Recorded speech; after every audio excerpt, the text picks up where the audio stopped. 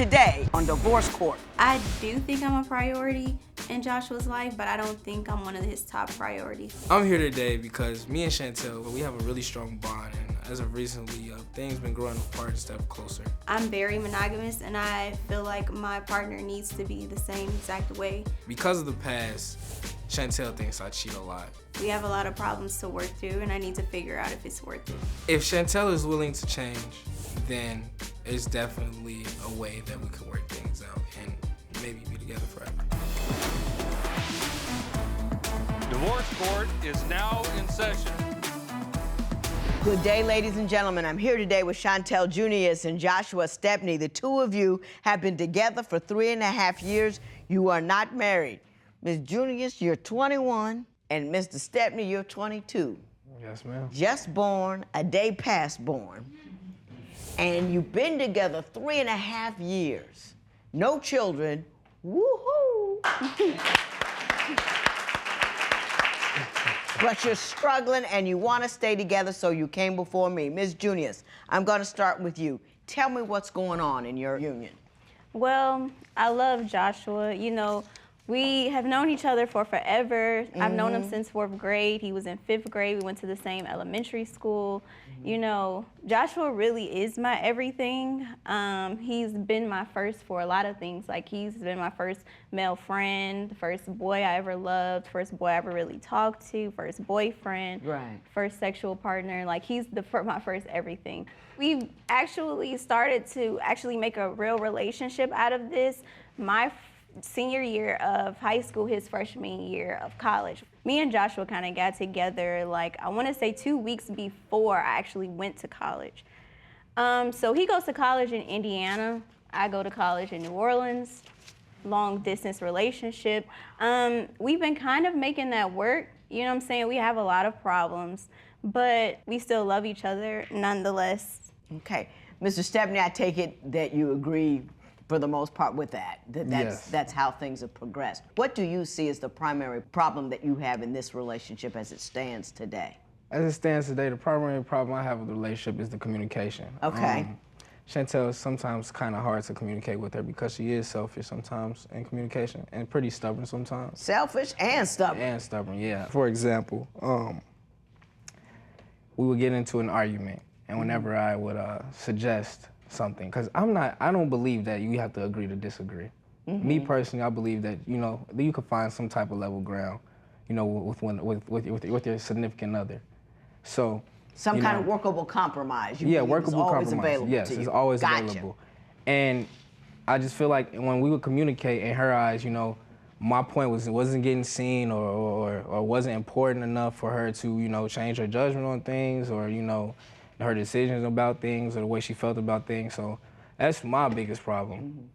Do you understand what he's talking about? I mean, I do understand that sometimes I do always think that I'm right, but for the most part, I do try and understand the things that he tells me. Can you give me an example of a situation in which you believe she simply wasn't hearing you? It was a time I had got a business call. Yeah.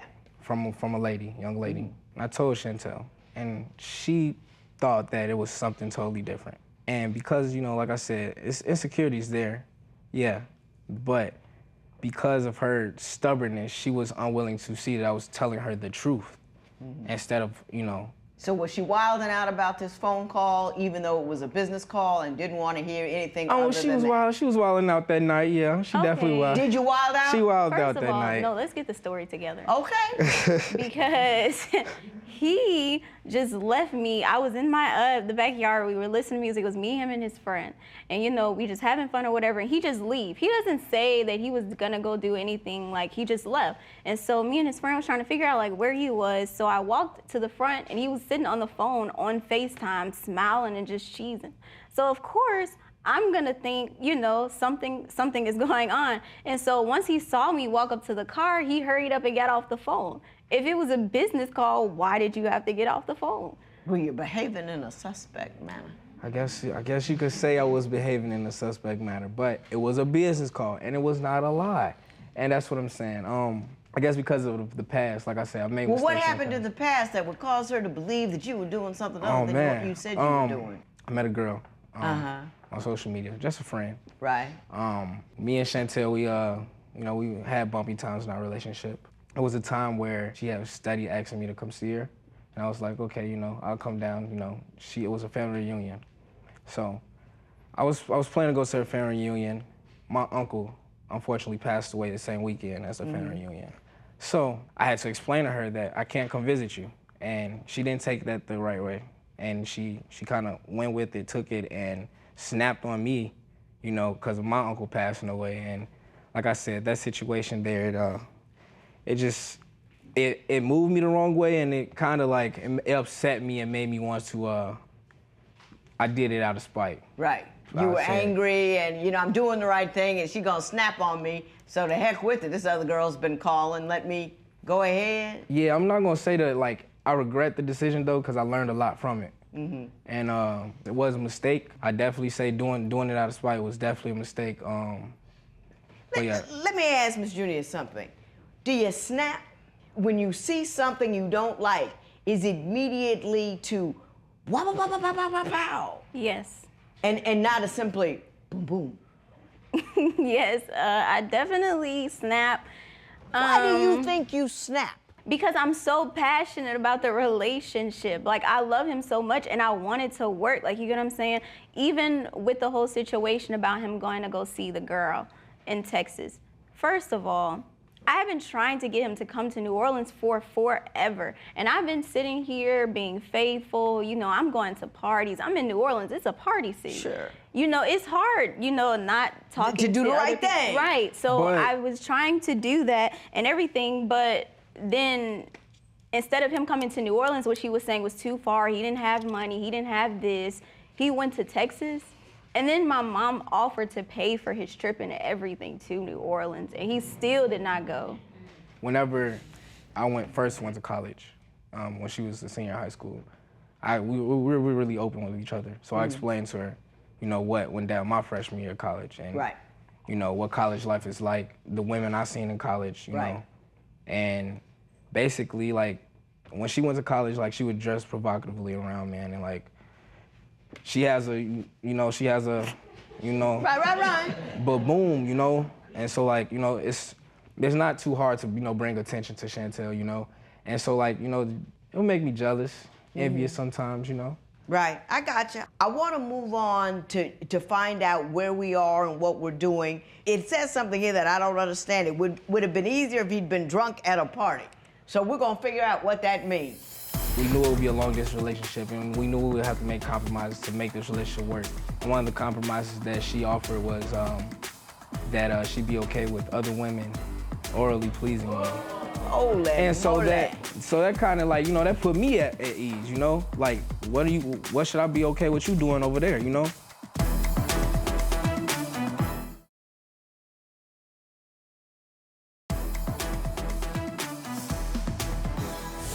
I think I might have answered my own question. When you said it would have been easier had he been drunk at the party, you're talking about that cheating that he just described to me. Is that accurate? Yes. Because it was more of a conscious, willing decision that he made as opposed to a, oops, I drank too much Yes. and fell on somebody. Yes. That's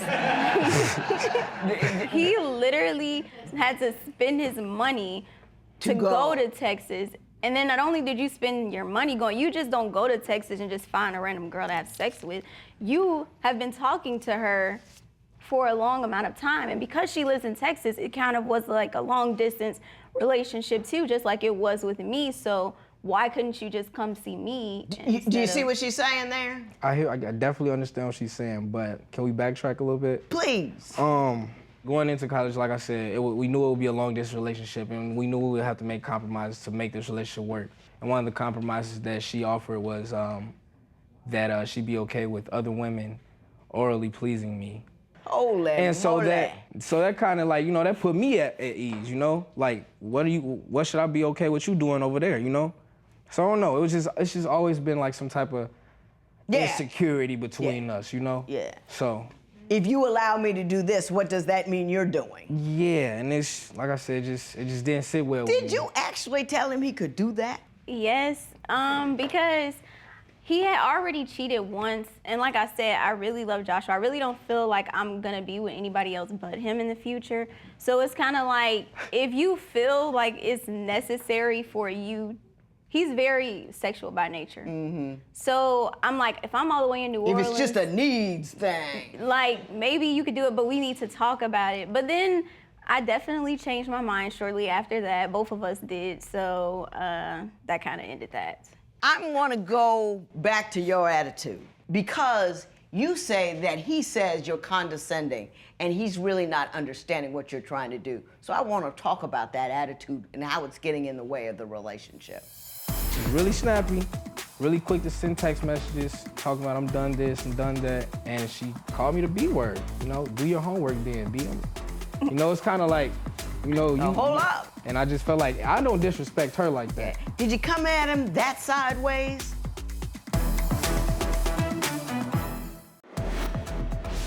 Are long-distance relationships more prone to cheating? Tell us what you think at facebook.com/divorce court.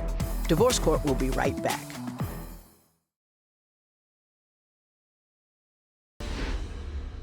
Tell me about what happened when you injured your foot and why it was a problem.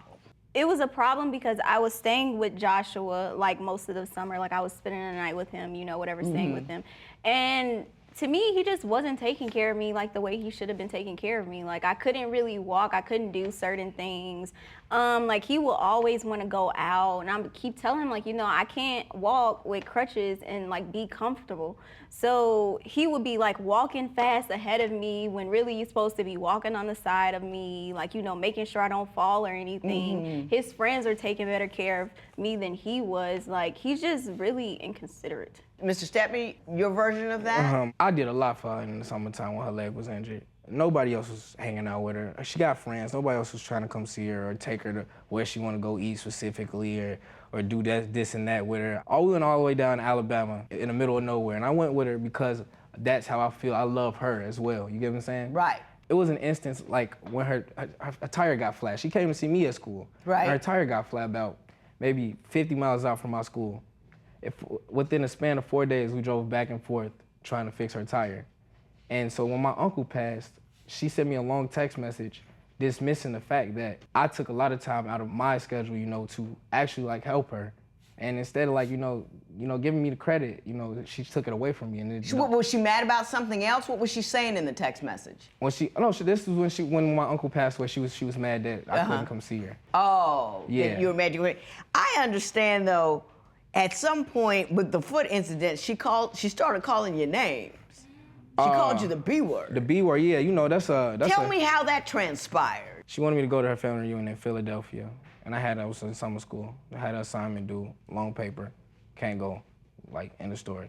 And basically, like I said, she's really snappy, really quick to send text messages, talking about I'm done this, I'm done that, and she called me the B word, you know, do your homework then, B. You know, it's kind of like, you know, hold up. Yeah, like, you know, I got a pride about myself where if you coming at me like that, it's gonna make me look at you a whole different way, you know? And I just felt like I don't disrespect her like that. Did you come at him that sideways? First of all, it was a lot of reasons why I was mad at him. It wasn't just like he wasn't coming to the... Well, what were you mad about that would make you call him something like that? I put up a picture on Snapchat, you know, looking good or whatever. And he kind of said, he was like, oh, well, I want you to have my baby. So I was like, okay, I thought he was really just joking, trying to tell me I looked good. But then we got home, we both got home to Chicago, and he was like, so tell me when you're ready. And so I was just like, okay, well, maybe he's serious. But then when we got in a situation where it kind of was like that could have been the outcome, he was horrified. He was horrified, and then he went to the store with his friend in the car. Let me say that, with his friend in the car, went to the store, and then got me a Plan B. Did you ask her to have your baby? Yeah, but we talk about that. Like I said, I've been knowing Shantell for a long time. Like I said, when you kids, you talk about stuff like that. But with this summer, I don't remember saying that I was ever ready to have a baby right now. Oh, I know. Listen, I know what's going on with you two. You two don't have a clue, but I do. And I'm about to tell you what it is going on with the two of you.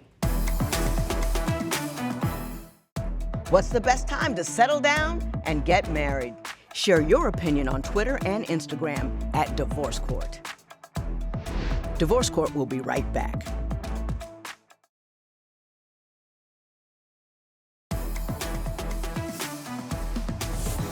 I want to tell you how gratifying it is to see a young couple like you, intelligent, well put together, in college, thinking, loving one another, no ratchet behavior. I mean, just good, solid young people. You people are thinking, you're planning, you're being together, you're intelligent, and I want you to know how much I appreciate and respect that, and I don't want you to ever forget that about each other. He is not your everything. You are your everything. He may be your man. He may be the guy you're supposed to be forever with, but he's not your everything. And the reason I'm telling you that is because that's the reason you snap. That's the reason you lose your mind in his direction. That's the reason you call him out his name, because you have made him your everything. And the very idea, it's like if someone were to try to drown you, you wouldn't like, oh, man. You'd fight and fight and fight and kick and punch and do whatever you had to do. The thought of losing him is like drowning. So you're always fighting and kicking and punching because the idea that you might lose him is akin to losing your very life. So you have a physiological response, fight or flight, because you've got to make it happen. And I'm telling you, God bless you. I hope you live to 110. But if he got hit by a bus tomorrow, your life would proceed. You would be sad, but you would have your dreams, your future, your intellect, your brilliance, your beauty, and all of that remains intact. He's a wonderful perk, but don't treat it like it's life or death, because it's not. And once you realize that it's not life or death, any little silly thing he does ain't gonna bother you like that. You see what I'm saying? So make that your attitude. You know, don't be dismissive, but it ain't that serious. You're too pretty, you're too young, 21 years old. Oh my God. Do you know how much living I did between 21 and married? Woo! You know what I'm saying? But that living allowed me to pick the right cat. The right dude, you know, if you know, you gotta have some experience behind you. You gotta have some, oh, I got left behind you, and realize the sun will come up tomorrow and the shoes will still be in the closet and nothing really changed. You guys are young. I hope you do stay together, but it is not life or death. If you're really meant for one another and you separate for a few years, get a little living under your belt and come back to one another full, complete adults, then maybe it is a forever thing. But don't treat it like that now. And women often mistake snapping and popping and crackling for strength. That is nothing but a sign of weakness. It is an indication of fear and lack of security. Don't get it twisted. Good luck to both of you. This matters again.